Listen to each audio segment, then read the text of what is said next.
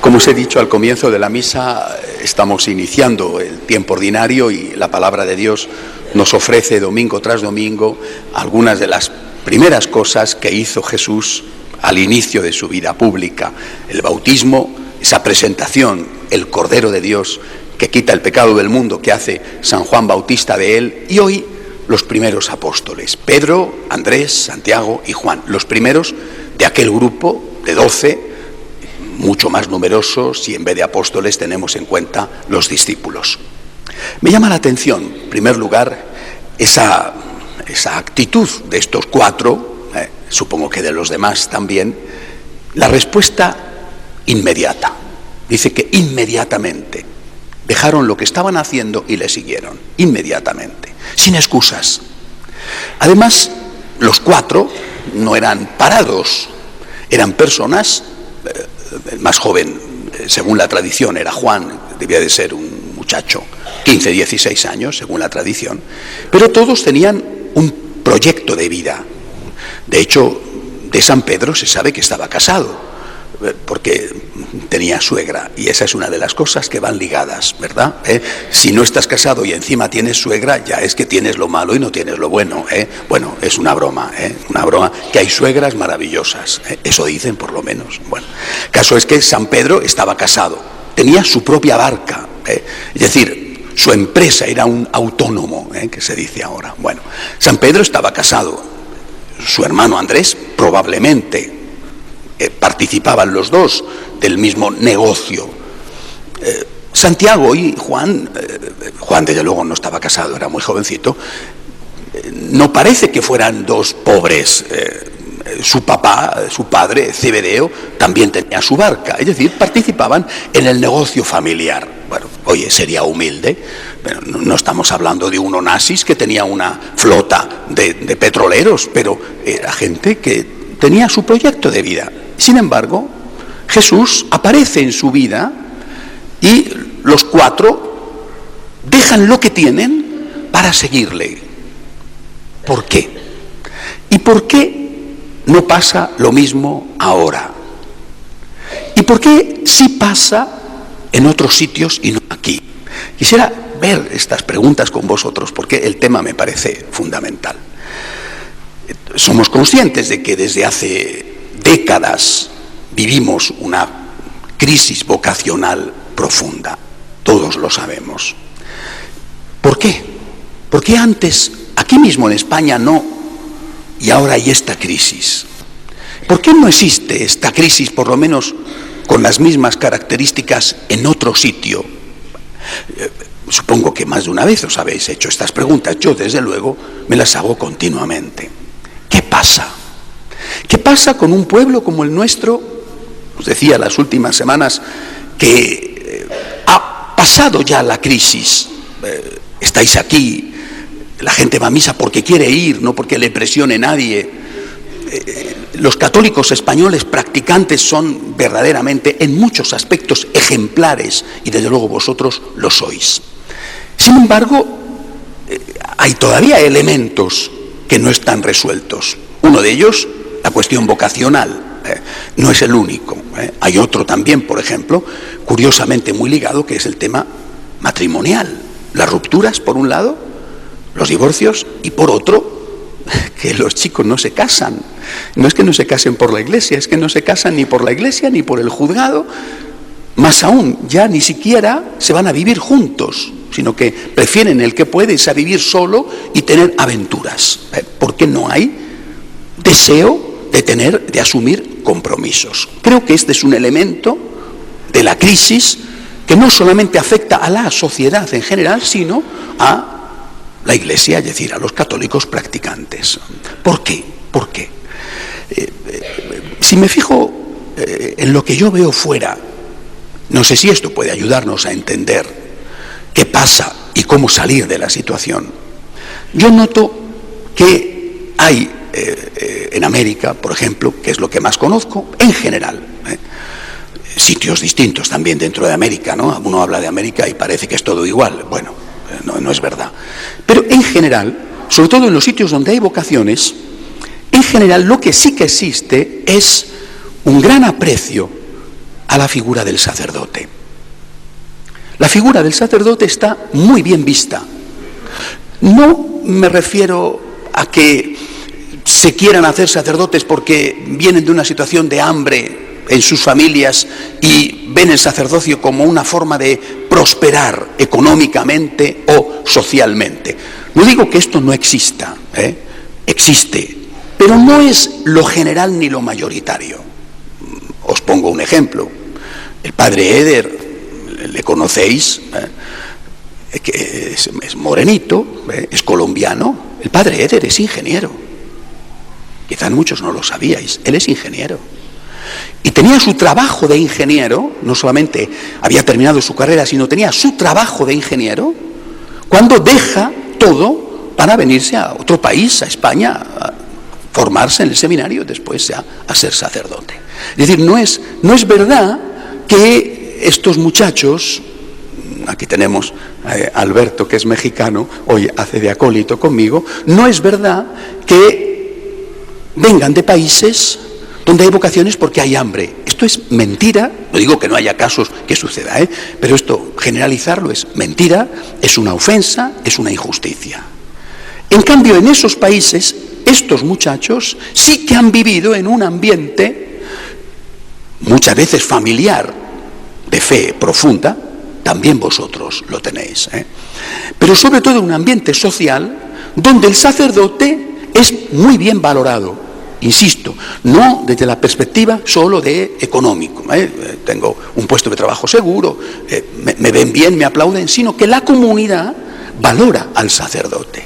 Esto es lo que yo quisiera empezar por preguntar hoy. También a vosotros sois una comunidad magnífica, de verdad, de lo mejor que tiene la Iglesia de Madrid y probablemente de lo mejor que tiene la Iglesia de España. Pero esta comunidad, que a nosotros sacerdotes nos aprecia muchísimo y que recibimos continuamente muestras de vuestro cariño, sin embargo, yo vuelvo a plantear la cuestión, ¿valora al sacerdote? Os pongo un ejemplo. Hace unos días, unas semanas, hicimos la colecta para ayudar a la gente necesitada por Navidades, ¿no? Las víctimas del tifón de Filipinas y estas familias a las cuales ayudamos a que puedan recibir alimentos durante todo el año. Bueno, vuestra generosidad, como siempre, es excepcional. De verdad, un modelo de generosidad, incluso aunque algunos de vosotros también estáis afectados por la crisis, vuestra generosidad es excepcional. Sin embargo, cuando llega la colecta para el seminario, la próxima será, como siempre, en torno a San José, es una colecta extraordinaria que se hace para el seminario todos los años, que es una tradición en España, ¿no? La colecta por el seminario, por San José. Bueno, esa colecta es un poco más que la colecta de un domingo normal. Es decir, cuando a católicos buenísimos, como sois vosotros, católicos ejemplares, se os pide ayuda para los pobres, vaciáis vuestros bolsillos. Cuando se os pide ayuda para el seminario, prácticamente lo mismo que si fuera un domingo normal. Esto es un dato, ¿verdad? A mí me parece un dato bastante representativo, ¿no? Es decir, la comunidad todavía, quizá porque aún tenemos curas, pero todavía no experimenta la vocación del sacerdote como algo vital, como algo imprescindible. Si no hubiera médicos en nuestra ciudad, los hay y muy buenos, ¿cómo valoraríamos a un médico? Hay un médico en tal sitio, me he enterado, vamos para allá, hay que hacer una larga fila, no me importa. Si no hubiera abogados, si no hubiera arquitectos, si no hubiera ingenieros, si no hubiera fontaneros, electricistas, ¿cómo lo valoraríamos? ¡Qué maravilla! He encontrado un electricista que, bueno, tendré que esperar 5 meses a que venga a ayudar a la casa, que tengo este problema, pero me ha prometido que viene, ¿no? Un fontanero, bueno, me ha prometido que viene, bueno, me va a cobrar una factura tremenda, pero ha dicho que viene, ¿no? Mientras tanto, a ver cómo hago con el agua que se sale por todos los rincones de la casa. Bueno, no hay curas y sin embargo no se valoran. Vuelvo a poneros el ejemplo de la colecta del seminario, que es bastante representativo, En este contexto de que para vuestros hijos o para vuestros nietos, en lo último que pensáis es en que sean curas, ¿cómo van a decir que quieren ser curas? Hablo a las muy buenas familias católicas que tengo delante, No digo los que no son católicos o no son católicos practicantes, es natural que esto no se lo planteen. Repito, hablo a las buenas familias católicas, la mayoría de las cuales, si un hijo o una hija le dice a la chica que quiere ser monja o el muchacho que quiere ir al seminario, para la gran mayoría de las buenas familias católicas españolas es una desgracia. Es una desgracia. ¿Qué he hecho yo para merecer este castigo? A lo mejor no lo expresas así, ¿verdad? Pero por dentro está la procesión. ¿Por qué este chico mío tiene que irse de cura? ¿Por qué? ¿Qué le pasa? ¡Qué rarito! ¿Qué le pasa? Porque lo que debe de ser es, repito, médico, ingeniero, abogado, arquitecto, bueno, ganar mucho dinero y darme nietos. Luego resulta que es médico y tiene que encontrar un trabajo de camarero en un bar, porque no hay trabajo, ¿no? O arquitecto y al final tiene que intentar a ver si proyecta una reforma de un piso, donde a ver qué color le pongo a las paredes o si muevo un tabique, porque no hay trabajo. Y luego al final no se casa. Se va a vivir con quien sea, no sabemos si con bigote o sin él, y al final no tiene hijos porque ya no hay hijos, ¿no? Es decir, has proyectado tu sueño sobre tu hijo o sobre tu nieto, que no tiene nada que ver después con lo que va a ocurrir. Pero eso sí, cuando estabas proyectándolo, no se te pasó por la cabeza que tu hijo pudiera ser sacerdote o tu hija pudiera ser religiosa. En una comunidad, no digo en un país, sino en una comunidad católica practicante, donde el cura no es alguien valorado, donde no se experimenta un honor para la familia, que un muchacho o una muchacha decidan consagrarse a Dios, a las cosas de Dios, es natural que no haya vocaciones. Es natural que no surjan las vocaciones y después si surgen, con mucha frecuencia son aplastadas, distraídas, para que se te quite esa tonta idea de la cabeza, porque vas a desperdiciar tu vida. Si eres médico no desperdicias tu vida, si eres ingeniero, abogado, no desperdicias tu vida, porque en el fondo lo que cuenta es el dinero. Y cuando un muchacho, una muchacha dice, yo quiero vivir por algo más que ganar dinero, ganar y gastar, tengo ilusiones, tengo ideales, quiero que mi vida sirva para alguien que es Jesús, al cual quiero amar, y quiero que mi vida sirva para otros alguien en los cuales está Jesús, estos niños a los que educar, estos jóvenes a los que orientar, estas parejas rotas a las que intentar recomponer, estas personas que sufren a las que intentar ayudar, o estos hambrientos a los que intentar alimentar, le dices, eres un tonto, Lo que tienes que ser es rico, rico, rico, ganar, gastar, ganar, gastar. Este es el sueño de las buenas familias católicas españolas para sus hijos. Quiero que mi hijo sea rico, rico, rico, rico. ¿Cómo pueden surgir vocaciones así? Lo estoy diciendo de una forma muy descarnada y cruda, pero es el fondo de la cuestión.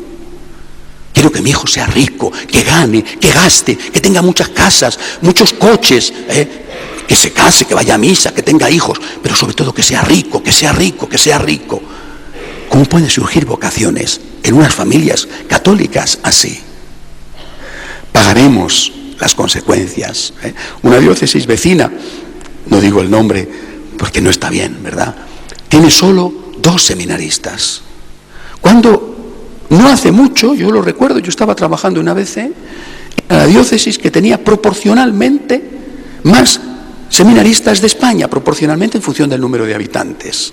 Otra diócesis muy conocida tenía un gigantesco seminario, dominaba la ciudad, es un hotel ahora. Pagamos las consecuencias, las pagaremos las consecuencias.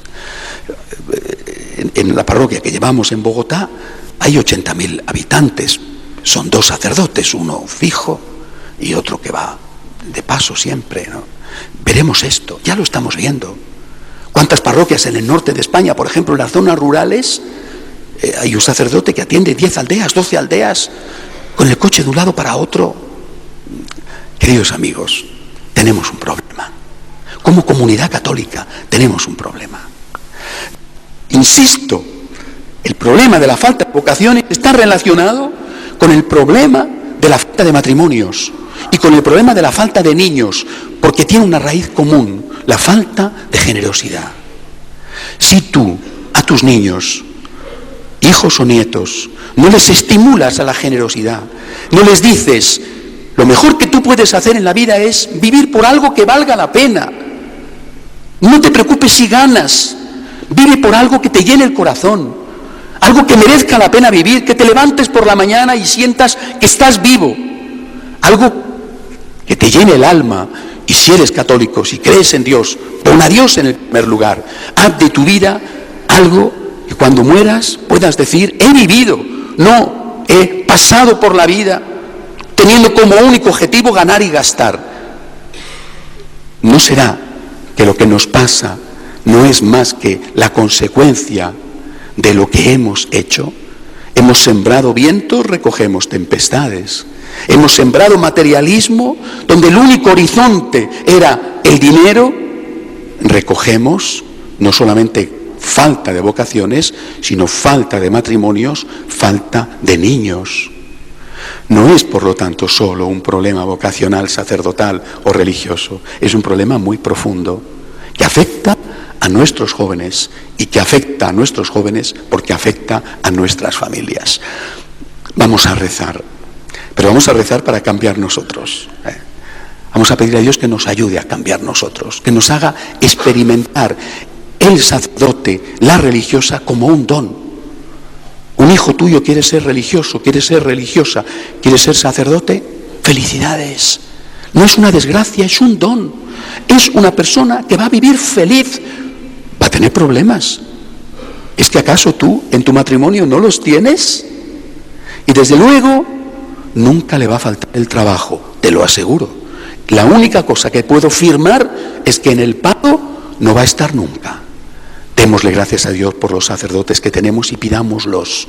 Pidamos religiosos, pidamos religiosas, pidamos sacerdotes, porque son imprescindibles, no solo para el funcionamiento de la comunidad, sino para el funcionamiento de la propia sociedad. Somos el alma del cuerpo, somos la luz que brilla en la oscuridad, la levadura en la masa.